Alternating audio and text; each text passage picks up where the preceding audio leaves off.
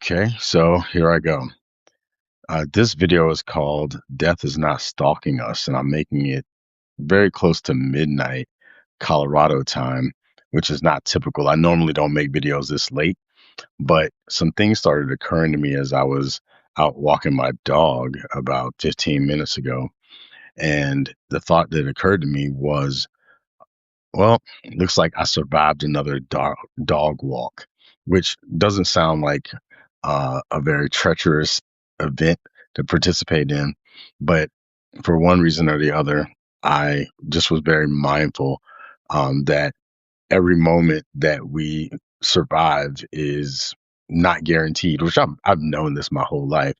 But recently, in the past 6 months, I had several people that are close to me die, and it has increasingly gotten me to pay attention to some things that I hadn't been paying attention to. For a long time, I was comfortable with my own death. Just been that way ever since I was a kid. I, at an early age, realized that Black people weren't the most popular people in the world, especially living in the South. So I already had that kind of hanging over me. My granddad died young, and I was on like three, turning four when he died, and that impacted me. And I just kind of hit that point that Ernest Becker calls mortality salience when I was really young.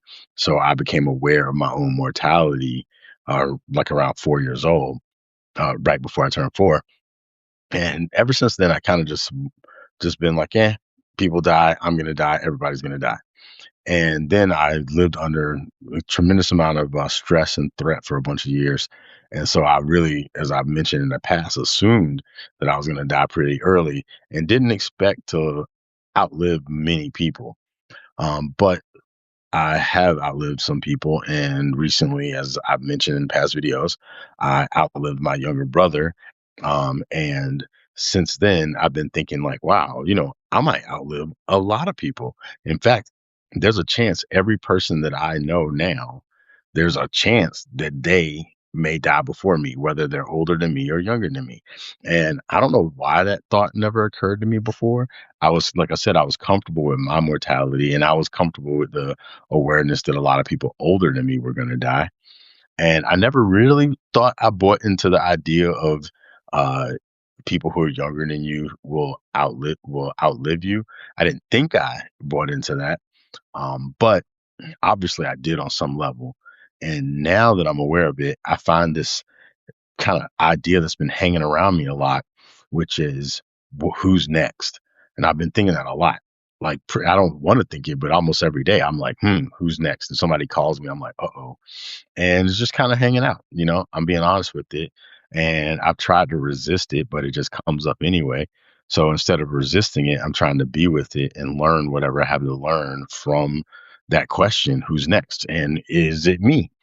And there's a lot that has come up with it, but one thing that's come up with it is the deep awareness of how fearful of death so many of us are, and how poorly American culture handles death. We just kind of keep it away from us. We try to deny it. People try to make themselves look younger forever because they don't want to face the fact that they're going to get old and die, hopefully. And then also this illusion of being able to be protected from death. And it's kind of crazy because I was talking to someone today who disagrees with me politically, and they were just saying all this stuff about how um, I can't even say this dude's name. The guy who occupies the White House um, keeps women safe. I don't know why they think that, but that's what they think. And the number of times that that person says safe made me really think, like, wow, you're really afraid that bad in your context as a wealthy white person, woman, that you're that afraid that you need to be made safe by that person. That's sad. Especially given the context that I grew up in and a lot of other people grow up in, and the people who um, have been dealing with a lot of extra crap since this dude came on the scene. But this person feels like this fool keeps her safe. And I start thinking about the psychosis, no offense to her, that has to be, a lot of people had to be dealing with if they think that that person is keeping them safe. And what does that say for folks who um are living under just like constant fear. I heard a Mexican dude who was a Trump supporter who was hurt because his business had been failing. I'm sorry for smiling while I'm saying it, but it's kind of funny because he voted for Trump. He voted for Trump as a Latino dude, and now his business is struggling. And he was like, "Dang, Mr. Trump, you're supposed to be our hero." And I was like, "Dang, he thought Trump was his hero." I said that guy's name. Anyway, but what does that mean? That he's gonna save them? And it just made me think like how much our society is built around people being afraid of death, this inevitable, and then building structures and systems to try to protect them from it, and then following people that they think is a hero that's going to protect them from it. And this makes me think even about the religions that we follow, because the religions, all it is a guarantee that after this body dies, that they're going to keep going because we're still scared of death. So then we just project death, like another life after this life. And we're like, oh, if I follow this person, then the religious person becomes our hero. And it's just really sad how we live, because we live as if we're being constantly stalked by death, like it's a real grim reaper just hanging out waiting to kill us. And it's like coming to get us because uh, it's just doing something. I think deeply, people. Thanks for joining. But we're so afraid of death that it makes us outside of our minds, like as if death is anthropomorphized and really trying to stalk us. And it's not stalking us, it's just what happens to us. All of us who are born are going to die. And when we cannot embrace that, it makes us, one, it makes us miss out on life. It makes us miss out on the real moments that matter. It makes us um, kind of, because we're fearful of our own demise and the demise of other things and the fear of getting hurt and the fear of loss that's tied to the fear of death, it makes us less human. And then we give up our power and our volition and our capacity for imagination and everything because we want somebody to save us from something that we can't be saved from. Whereas in other cultures that have a more healthy relationship with our mortality, they're able to navigate these spaces. I mean, I'm assuming I haven't lived in one of those cultures, but I assume as I've been processing the grief of losing 3 people in 6 months, I am learning from it. I'm walking with it. I'm growing from it. And as I said earlier, because of the rapidity of the deaths that have shown up in my life in the past 6 months, I have been thinking about who's next and what if it's me, but not in a way that makes me like terrified, but more in a way that makes me curious, in a way that makes me want to be as present as possible with people, in a way that makes me do things when I feel like doing them. Like I feel like making this video at midnight after walking my dog. Normally I'll say this is the last, you go to bed. But you know what? I might die in my sleep. So fuck it. Let me make this video right now. It's like it's so much life that we could have if we just embraced our mortality and like lived into it and tried to build our relationships with more substance and so many things. But because we live as if we're like perpetually stalked, and some of us are, but we're stalked by people who are fearful. And so it's like, how can we keep living like this? It's horrible to watch the way that we treat each other because of fear. And the main fear is fear of death. And if you overcome that, then I guess it gives you more liberty to love and to grow and imagine and to create and all sorts of things. And I guess one thing I could say positive about religion, and one of the reasons why I've always been curious about Christ is because he never tried to get out of his death. Yeah, people say he was resurrected. Maybe he was, maybe he wasn't, maybe it was mental. Who knows? I don't know. I wasn't there. But what I do know from the stories is that this person lived into every moment of their life. And even when he was facing death, he was like, oh, can I get out of this? Guess not. And he kept on living. He kept on going toward his truth. And that's something that we can all be inspired by. Like, what is your truth? What would you go toward if you weren't afraid all the freaking time? Who could you love?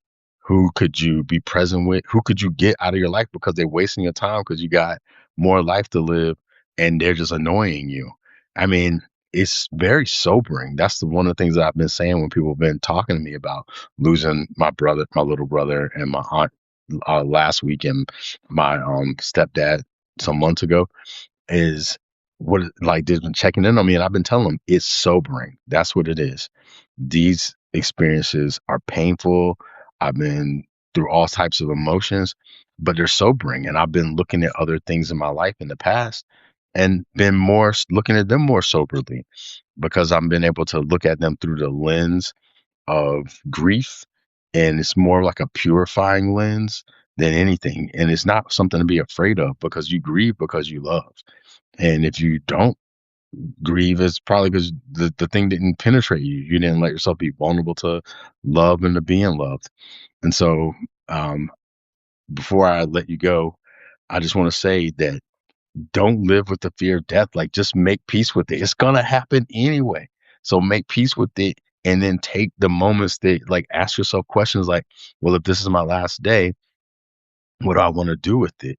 If this is my last breath, how do I want to spend it? And make life sweeter because we're acknowledging the fact that we won't be here forever. So that's my little bit of advice that I'm offering for people as I continue to navigate my own grief journey and just holding people in this awareness that, yeah, we all signed up for this. you know I guess you can't say signed up for this, but as soon as you were born, you started the process of dying. That's just how it is. So how could you live if you weren't using so much of your brain to manage this fear? I guess another thing I'll add to it is I have read this guy named Ernest Becker who wrote a book called The Denial of Death, and I would invite you to check it out, which he gets into some of this stuff that I'm saying. And there's some other people who've written about Ernest Becker's work, and they talk about this thing they call terror management theory, which is this idea that we spend a lot of our time in managing the terror of knowing that we won't be alive at some point. But because we're managing that terror, we miss out on the life we have. So personally, I'm excited that I am allowing myself to confront these things, and I'm grateful for whatever I've cultivated over time that allows me to look at stuff straight up instead of trying to like avoid it. It's human, and I want to be as present with my humanity as long as I have it, because who knows how long I'm gonna have it. So, thank you, Think Deeply people, for being here. And whoever checks this video out later, I hope it provides some kind of sobering moment for you, and that it may inspire you to be present with the life that you have and not spend so much of our energy being afraid, because we see where fear has gotten us. And the Bible does teach that all people become slaves to what they fear. And so if you're afraid of death, you're a slave to death anyway. And you're a slave to the people that you think can control your life by manipulating you with the fear of death. So my prayers for all of y'all is that you live deeply, be present, and taste life for all that it has to offer. Peace.